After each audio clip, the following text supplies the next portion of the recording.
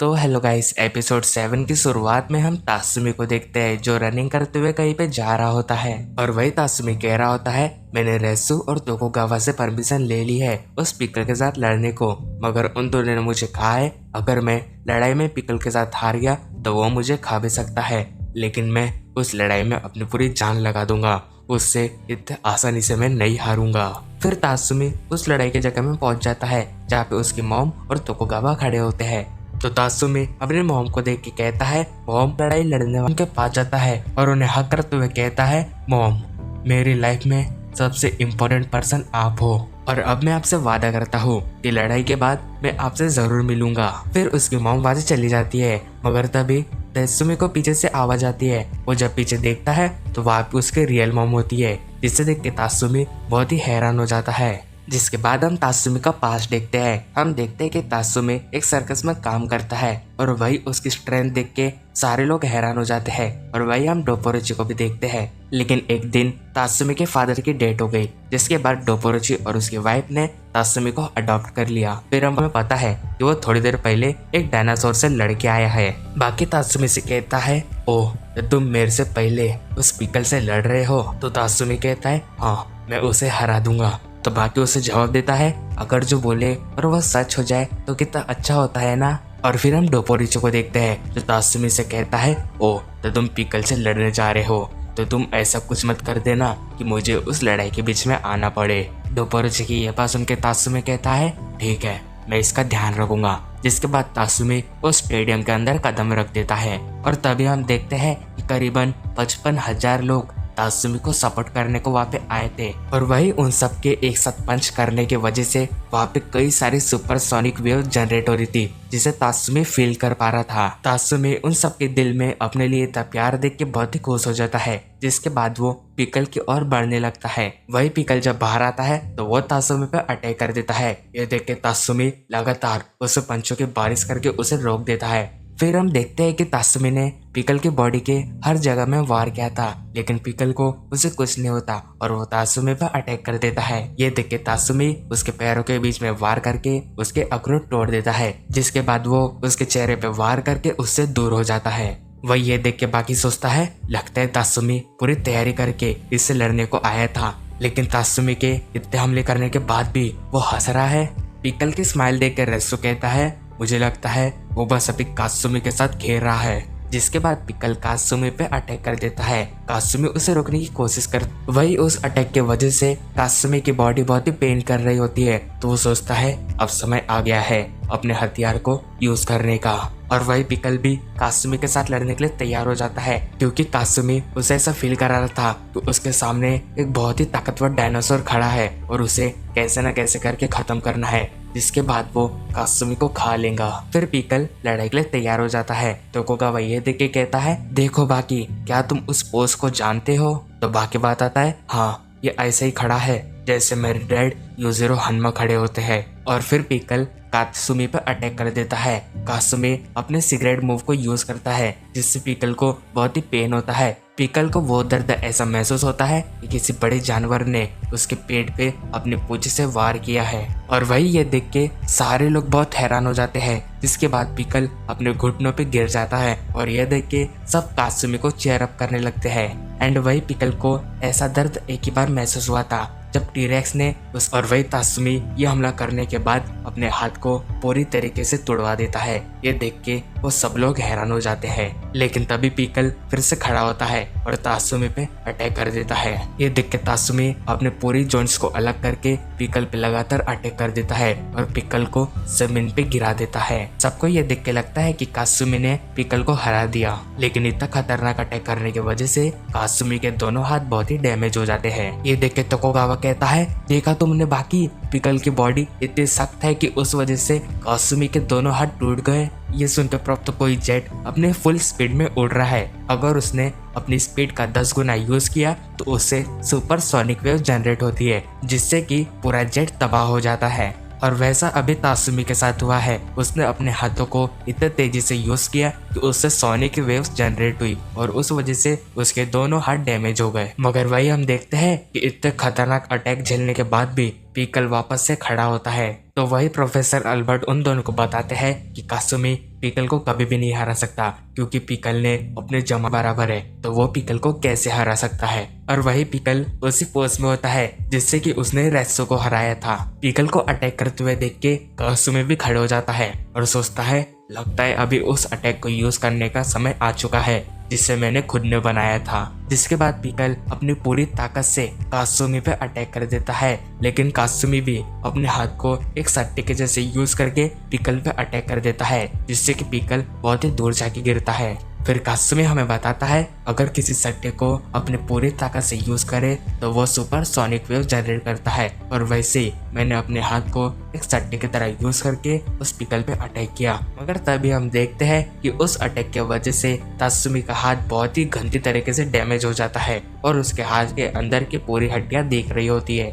ये देख के कासुमी अपने बेल्ट से अपने हाथ को बांध लेता है, जिसके बाद वो पीकल के सामने आके कहता है मैं जीत गया। और वही ये सुन के वो सारे लोग कासुमी के लिए बहुत ही खुश हो जाते हैं। वही काकू कहता है अगर तुम्हारी जगह मैं होता तो मैं इसे नहीं हरा पाता। तुमने इस जंगली को हरा के कुंफू को करीबन 50 साल और आगे बढ़ा दिया है।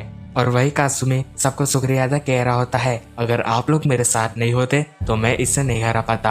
आप लोगों का बहुत ही बहुत शुक्रिया। मगर तभी उसे एक आवाज आती है। वो जब पीछे देखता है तो नोटिस करता है कि पीकल सो रहा है। ये देखकर प्रोफेसर अल्बर्ट कहता है पीकल अभी सो रहा है, इसका मतलब वो अपने शिकार के थकने का इंतजार कर रहा है। अगर वो दोनों एक मैदान में लड़ रहे होते तो पीकल इतनी मार खाने के बाद एक जगह में सोया होता। वो अपने शिकार का इंतजार करता, उसके थकते वो उस पर हमला करके उसे खा जाता। और वही दूसरी तरफ जब तात्सुमी देखता है तो वो अपने शिकार को बहुत पसंद करता है। और वही कासुमी भी सोच रहा होता है कि मुझे तुम्हारे साथ लड़के बहुत अच्छा लगा, क्योंकि इस दुनिया में सबसे ताकतवर तुम ही हो, जिस बात का मुझे गर्व है। इसके बाद जो पीकल होता है वो उड़ जाता है। और इसी के साथ हमारा एपिसोड 7 एंड होता है। अगर आपको मेरे वीडियो अच्छी लगी होंगी तो चैनल को लाइक और सब्सक्राइब करके जरूर जाना। Thank you for watching my video. तो हेलो गाइस, एपिसोड की शुरुआत में हम देखते हैं कि पीकल अभी अपने पूरे गुस्से के साथ बाकी से लड़ने के लिए तैयार हो जाता है। फिर पीकल अपने पूरी ताकत लगा के बाकी पे हमला कर देता है, मगर बाकी वही सोच रहा होता है अभी उसे क्या करना चाहिए। क्या अभी उसे डॉज करना चाहिए या फिर उसे हमला करना चाहिए। पर वही बाकी पीकल के चेहरे पे एक जोरदार मुक्का लगाता है, जिसके बाद पीकल वापस से बाकी पर अटैक आने लगता है। लेकिन फिर से बाकी उसके अटैक से बच के उसे एक जोरदार मुक्का लगाता है।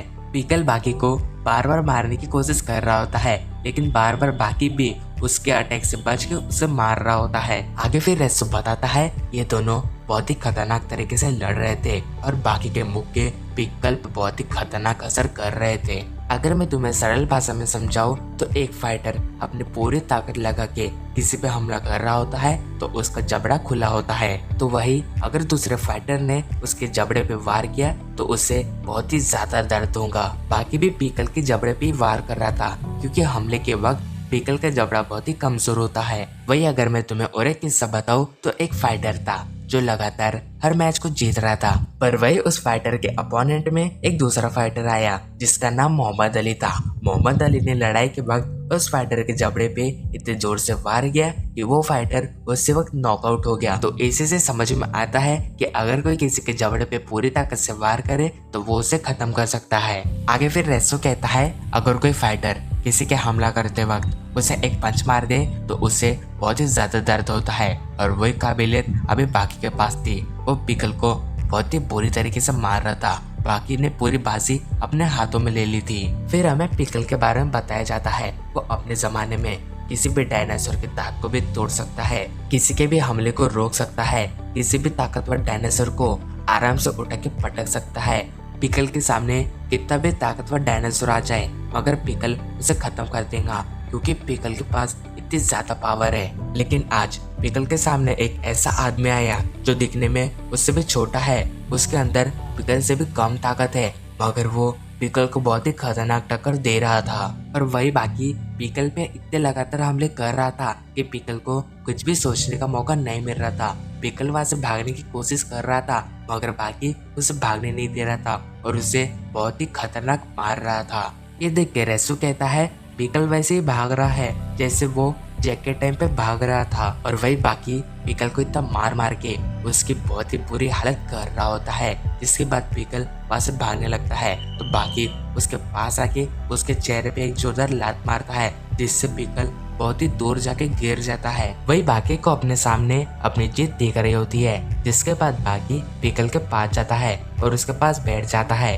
पिकल उसे देख के समझ जाता है कि बाकी अब उसके साथ अपनी ताकत आजमाना चाहता है। फिर वो दोनों अपने पंच को आपस में टकरा के एक दूसरे से लड़ने लगते हैं और ये लड़ाई बहुत ही खतरनाक दिख रही होती है, क्योंकि दोनों बिजली की रफ्तार से एक में को मुक्का मार रहे होते हैं। मगर तभी हम देखते हैं कि पिकल बाकी पे बहुत ही भारी पड़ रहा होता है एंड वो बाकी को इतना जोरदार पंच लगाता है कि बाकी उसी वक्त खत्म हो जाता है और इसी के साथ पिकल इस लड़ाई को जीत जाता है। बाकी को हराने के बाद पिकल वहीं पे बैठा होता है, जिसके बाद कुछ लोग बाकी को उठाने को आते हैं। ये सब देख के तोकुगावा कहता है पिकल अपनी जगह से उठना नहीं चाहता और बाकी चाहकर भी उठ नहीं सकता है, तो आप ही मुझे बताइए कि इन दोनों में से कौन जीता है। तो रेसो जवाब देता है पिकल अपनी जगह पे बैठा है क्योंकि वो अब उठना नहीं चाहता और बाकी पे हमला नहीं करना चाहता और बाकी भी वहाँ पे बेहोश पड़ा है। इसका मतलब पिकल इस लड़ाई को जीत चुका है।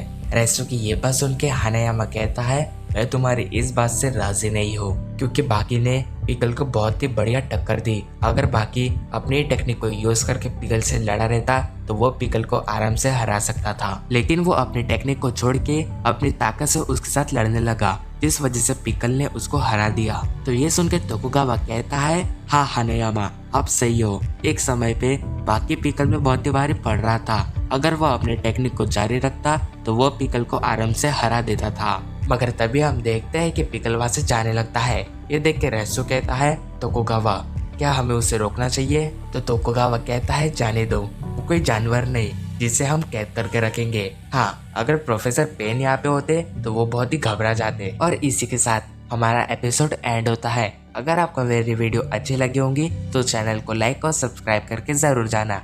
Thank you for watching my video. तो हेलो गाइस, एपिसोड 8 पार्ट 2 के शुरुआत में हम देखते हैं कि यूजीरो एक रोड पे चल रहा होता है और उसे देख के सारे लोग डर रहे होते हैं। अगर मैं आपको एक एग्जांपल दूं, जैसे कि कोई हिरन एक जंगल में चल रहा है और उसी वक्त उसके सामने एक चीता आ जाए और वही हिरन के पास वहां से भागने का एक भी मौका नहीं होता है, क्योंकि अगर वो वहां से भागा तो चीता उस पर अटैक कर देगा, जिस वजह से वो वहीं पे खड़े होकर कांप रहा होता है। और वैसी हालत अभी यहाँ पे उन लोगों की होती है जिनके सामने से यूजीरो जा रहा होता है। मगर तभी वहाँ पे डोपोरोची आ जाता है। उसे देख के यूजीरो कहता है तुम्हें देख के लगता है कि तुम यहाँ पे लड़ने तो नहीं आए हो। तो डोपोरोची कहता है हाँ मैं बस तुमसे 2 मिनट बात करना चाहता हूँ। जिसके बाद वो दोनों एक वाइन शॉप पे ड्रिंक कर रहे होते हैं। तो डोपोरोची यूजीरो से कहता है तुम्हारा शुक्रिया, अगर उस दिन तुमने ये नहीं कहा होता तो मेरा बेटा आज नहीं सुधरा होता। फिर वही वो वेटर यूजीरो को एक बढ़िया से ड्रिंक बना के देता है और उससे कहता है सर ये बहुत बढ़िया है,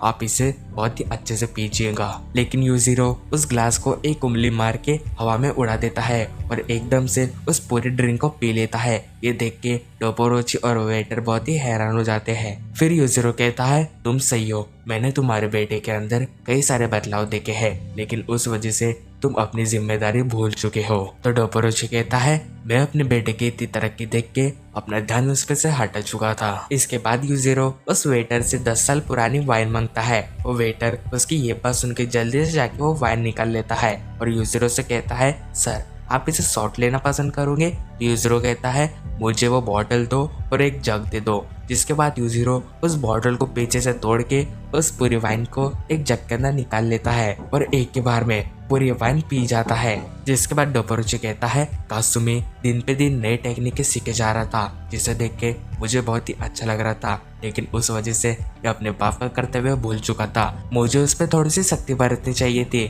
लेकिन मैं भावनाओं में बह गया और उसे कुछ नहीं कह सका। जिसके बाद यूजीरो एक सिगरेट पीने लगता है और वो उस सिगरेट को एक ही बार में खत्म कर देता है। जिसके बाद वो पूरा धुआं अपने आसपास फैला देता है और डोपोरोची से कहता है जो हो गया जाने दो, अभी हम कुछ नहीं कर सकते, मुझे ये बताओ कि तुम उस पिकल के बारे में क्या सोचते हो? तो डोपोरोची कहता है मुझे उसके बारे में ज्यादा कुछ नहीं पता। जिसके बाद वो दोनों बाहर आ जाते हैं और जाते हुए डोपोरोची यूजीरो से कहता है मुझे लगता है कि भगवान ने उसे इसलिए भेजा है ताकि वो देखना चाहते हैं कि इस दुनिया में अब सबसे ताकतवर कौन है वो हमें परखना चाहते हैं। जिसके बाद सीन शिफ्ट होता है और हम बाकी को देखते हैं जो अपने सामने पिकल को इमेजिन करने की कोशिश कर रहा होता है, मगर वो उससे नहीं हो पाता। फिर वो कहता है, मैंने तो पिकल को इतने करीब से देखा हूँ, मैं उसके लड़ने की हर टेक्निक को जानता हूँ, मगर तब भी मैं उसे अपने सामने इमेजिन क्यों नहीं कर पा रहा हूँ। मगर तभी वहाँ पे रेसो आ जाता है जो बाकी से कहता है, ओ तो यहाँ पे प्रैक्टिस चल रही है, तो ये तुम्हारी जगह है जहाँ पे तुम प्रैक्टिस करते हो। तो बाकी बताता है, हाँ मैं प्रैक्टिस करना तो चाह रहा हूँ, मगर मुझसे प्रैक्टिस नहीं हो पा रही है, तो मुझे ये बताइए आप उस पिकल के बारे में क्या जानते हो। तो रेसो कहता है, मुझे उसके बारे में ज्यादा कुछ नहीं पता। यह सुन के बाकी कहता है, क्या बात है, आप दोनों उसके साथ लड़ चुके हो मगर आपको उसके बारे में कुछ नहीं पता। जिसके बाद बाकी अजीब सी हरकतें करने लगता है क्योंकि उसे पिकल के साथ लड़ने में बहुत ही तलब हो रही होती है। बाकी कहता है, मुझे उस पिकल से लड़ना है, उसे खत्म करना है। बाकी को ऐसा देख के रेसो समझ जाता है कि उसे सच में पिकल के साथ लड़ना है। तो वो बाकी से कहता है, ठीक है, कल हम जाके तोकुगावा से बात कर लेंगे। तो ये सुन के बाकी कहता है, नहीं हम तोकुगावा से बात नहीं करेंगे, कल सुबह होते ही हम उस पिकल से लड़ने को चले जाएंगे। जिसके बाद हम उस जगह को देखते हैं जहाँ पे पिकल को रखा गया होता है, मगर तभी हम देखते हैं कि कोई बंदा पूरे दरवाजे तोड़ के पिकल की ओर बढ़ रहा होता है और वो बंदा होता है जैक हनमा, जिसे देख के पिकल लड़ने के लिए तैयार हो जाता है। और इसी के साथ हमारा एपिसोड 8 का पार्ट 2 एंड होता है। Thank you for watching my video.